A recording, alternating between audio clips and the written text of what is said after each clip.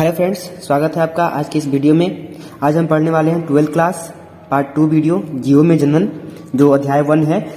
तो आज से पहले हम लोग पढ़ लिए थे सेक्सुअल रिप्रोडक्शन में घटनाएं। आज हम लोग पढ़ने वाले हैं मोड ऑफ असेक्सुअल रिप्रोडक्शन, अलैंगिक जनन की विधि। अलैंगिक प्रजनन मुख्यतः 6 प्रकार का होता है, जिसमें पहला तो आता है फ्यूजन यानी खंडन, विखंडन। इस प्रक्रिया में जीव का विभाजन हो जाता है एवं प्रत्येक विभाजित भाग एक नए जीव के रूप में विकसित होता है। मतलब कहने का मतलब ये है दोस्तों कि ये जो प्रक्रिया है विखंडन की, इसमें जीव का विभाजन हो जाता है, जीव विभाजित हो जाता है एवं प्रत्येक विभाजित भाग एक नए जीव के रूप में, जो भी भाग विभाजित होगा, यहाँ मान लीजिए ये है एक जीव और यहाँ से विभाजित होगा ये 2 पार्ट में, और जो भी जीव विभाजित होगा वो एक नए जीव के रूप में विकसित हो जाता है। इसे हम बोलते हैं खंडन। ये 2 प्रकार का होता है, एक तो होता है बाइनरी फ्यूजन और दूसरा होता है मल्टीपल फ्यूजन। बाइनरी फ्यूजन यानी द्विखंडन, इस प्रक्रिया में जीव 2 बराबर भागों में टूट जाता है एवं प्रत्येक भाग एक परिपक्व जीव के रूप में विकसित होता है। यहाँ पे बाइनरी से ही स्पष्ट हो जाता है कि द्विखंडन मतलब 2 बराबर भागों में टूटना, यानी जो भी जीव होता है वो 2 बराबर भागों में टूटता है और दोनों भाग एक परिपक्व जीव के रूप में विकसित होता है। कहने का मतलब यह है कि ये जो एक जीव है और इनसे शरीर की 2 टुकड़े हो गए इनके शरीर के, और ये भी जी एक नया जीव बन गया और ये भी एक नया जीव बन गया। तो इसे हम कह सकते हैं बाइनरी फ्यूजन। ये दो भागों में ही टूट जाए शरीर का, किसी भी 2 भागों में शरीर के टूट जाता है और टूटने से एक नए जीव का निर्माण हो जाता है। जैसे कि आपका आगे एग्जाम्पल में अमीबा और पैरामीशियम। अगला जो हमारा टॉपिक आता है इसमें सेकंड नंबर मल्टीपल फ्यूजन। इस प्रक्रिया में जीव कोशिका 2 से अधिक भागों में टूट जाता है एवं प्रत्येक भाग एक नए एवं परिपक्व जीव के रूप में विकसित हो जाता है, जैसे कि प्लाज्मोडियम। कहने का मतलब है कि ये जो इस प्रक्रिया होती है इसमें कोशिका जो होती है 2 से अधिक, यानी मान लो ये यहाँ पे 2 भागों में टूटा, हो सकता है यहाँ पे 2 से 3 से भी ज्यादा भागों में टूट सकता है। तो ये जो हम प्रक्रिया बोलते हैं इसे हम बोलते हैं मल्टीपल फ्यूजन। जिसे हम बोलते हैं क्या? Multiple fusion. यानी कोशिका जो होती है 1 से 2 भागों में या 2 से भी अधिक भागों में टूट सकती है, जिसे हम बोलते हैं बहुखंडन या मल्टीपल फ्यूजन। ये जो खंडन है बहुखंडन, ये प्लाज्मोडियम में देखने को मिलता है हमें। अगला नंबर टॉपिक हमारा आता है, दूसरा नंबर टॉपिक मुकुलन। इस प्रक्रिया में कोशिका असमान रूप से विभाजित होती है एवं शुरुआत में पैतृक कोशिका से जुड़ी हुई होती है, जो बाद में पैतृक कोशिका से अलग होकर एक परिपक्व जीव के रूप में विकसित होती है, जैसे हाइड्रा एवं मिस्ट। दोस्तों इसमें कहने का मतलब यह है कि इस प्रक्रिया में जो बडिंग होता है, मुकुलन होता है, इसमें जीव जो होता है शुरुआत में एक पैतृक कोशिका यानी अपने माता पिता के, उनके जो पेरेंट्स होंगे उससे जुड़ा रहेगा और बाद में उनसे अलग होकर एक परिपक्व जीव के रूप में विकसित हो जाता है, जिसे हम क्या कहते हैं? बडिंग बोलते हैं। जैसे ये जो क्रिया है ये हाइड्रा में होती है और ईस्ट में ज्यादातर देखने को मिलती है। अगली जो हमारी टॉपिक है वो है खंडन। यह एक एक्सीडेंटल प्रक्रिया है जिसमें शरीर के किसी टूटे हुए भाग से एक नया जीव विकसित हो जाता है, जैसे कि स्पाइरो वगैरह। दोस्तों आपको बता दें, खंडन का अर्थ होता है यानी एक्सीडेंटल। कहने का मतलब ये बाई चांस होता है, जिसमें शरीर के किसी भाग से, जो उसका शरीर होता है स्पाइरो वगैरह का, उसमें से शरीर के किसी टूटे भाग से, यानी जब उसका कोई शरीर का भाग टूट जाता है तो उसमें से ही एक नया जीव विकसित हो जाता है, जैसे कि स्पाइरो वगैरह। ये एक समुद्री पौधा है जो समुद्र में पाया जाता है।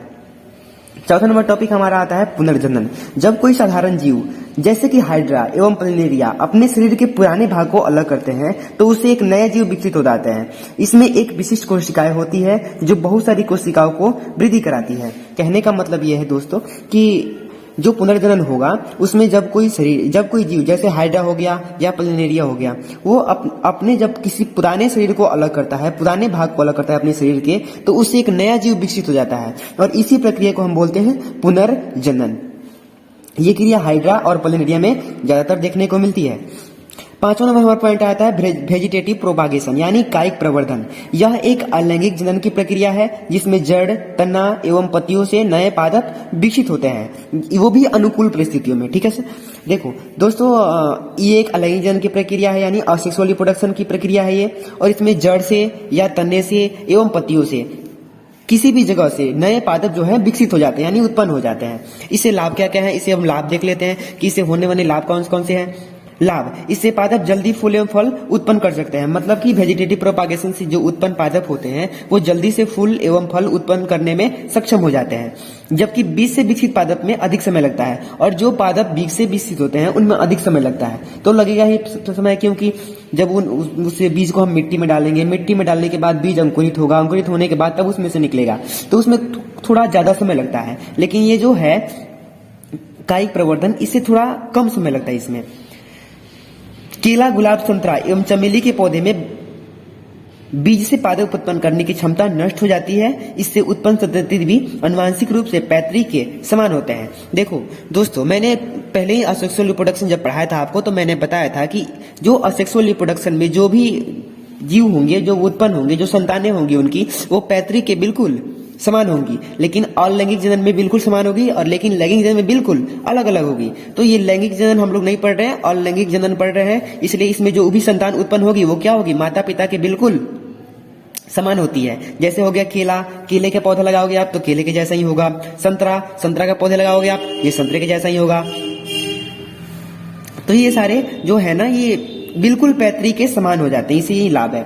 उदाहरण के लिए जैसे हम मान लेते हैं गन्ना, मान लेते हैं गुलाब, अंगूर इत्यादि।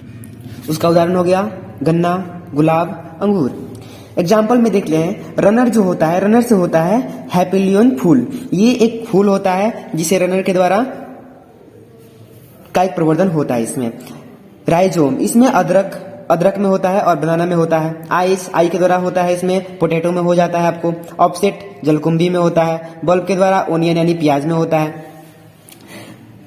छठा नंबर हमारा पॉइंट आता है बीजाणु का बनना यानी स्पोर फॉर्मेशन। बीजाणु का निर्माण एक कोशिकीय और बहुकोशिकीय दोनों प्रकार के जीवों में होता है।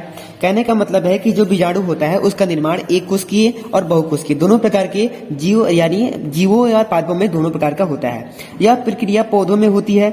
बीजाणु निर्माण में जनक पौधा अपने बीजाणु पेटी में सैकड़ों प्रजनक इकाई पैदा करता है। मतलब जो बीजाणु पौधा होता है वो अपने बीजाणु पेटी में सैकड़ों प्रजनन इकाइयां पैदा करता है, जिन्हें बीजाणु कहते हैं। वो जो प्रजनन इकाई होती है जिसे हम बीजाणु कहते हैं। जब पौधे की बीजाणु पेटी फटती है तो ये बीजाणु हवा, जमीन या भोजन या मिट्टी पर बिखर जाते हैं।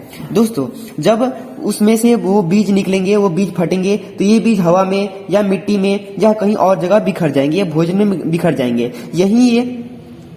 यही उगते हैं और नए पौधों को जन्म देते हैं। जब कोई मतलब जो है बीज इसमें से निकलेगा, जो बीज फटेगा, ये बीज जाके कहीं पे मिट्टी में या कहीं समा जाएगा और इन्हीं से क्या होगा, पौधे का जन्म होगा। और ये पौधा आगे जाके कुछ बन सकता है या किसी जीव का जो भी पेड़ होगा उसे बन सकता है। ये क्रिया राइजोप्स में होती है और म्यूकर में होती है। अगर आप इसका स्क्रीनशॉट लेना चाहें तो ले सकते हैं। और इसी के साथ हम अपना आज का क्लास यहीं पे समाप्त करते हैं। तो इससे आगे जो होगी हमारी क्लास वो अगले दिन देखेंगे हम लोग। इसी तरह आप लोग हमें प्यार सपोर्ट देते रहें ताकि हम आप लोगों के लिए वीडियो रोज लाता रहें। तो मैं आशा करता हूं कि मेरे द्वारा दी गई जानकारी आपको पसंद आई होगी। आप अच्छे से पढ़ाई करें। हमारी बहुत शुभकामनाएं हैं आपके साथ। तो मिलते हैं अगले वीडियो में। अगर वीडियो अच्छा लगे हो तो आप मेरे चैनल को सब्सक्राइब करें ताकि हमें वीडियो बनाने में और मोटिवेशन मिले। तो आज के लिए जय हिंद, धन्यवाद।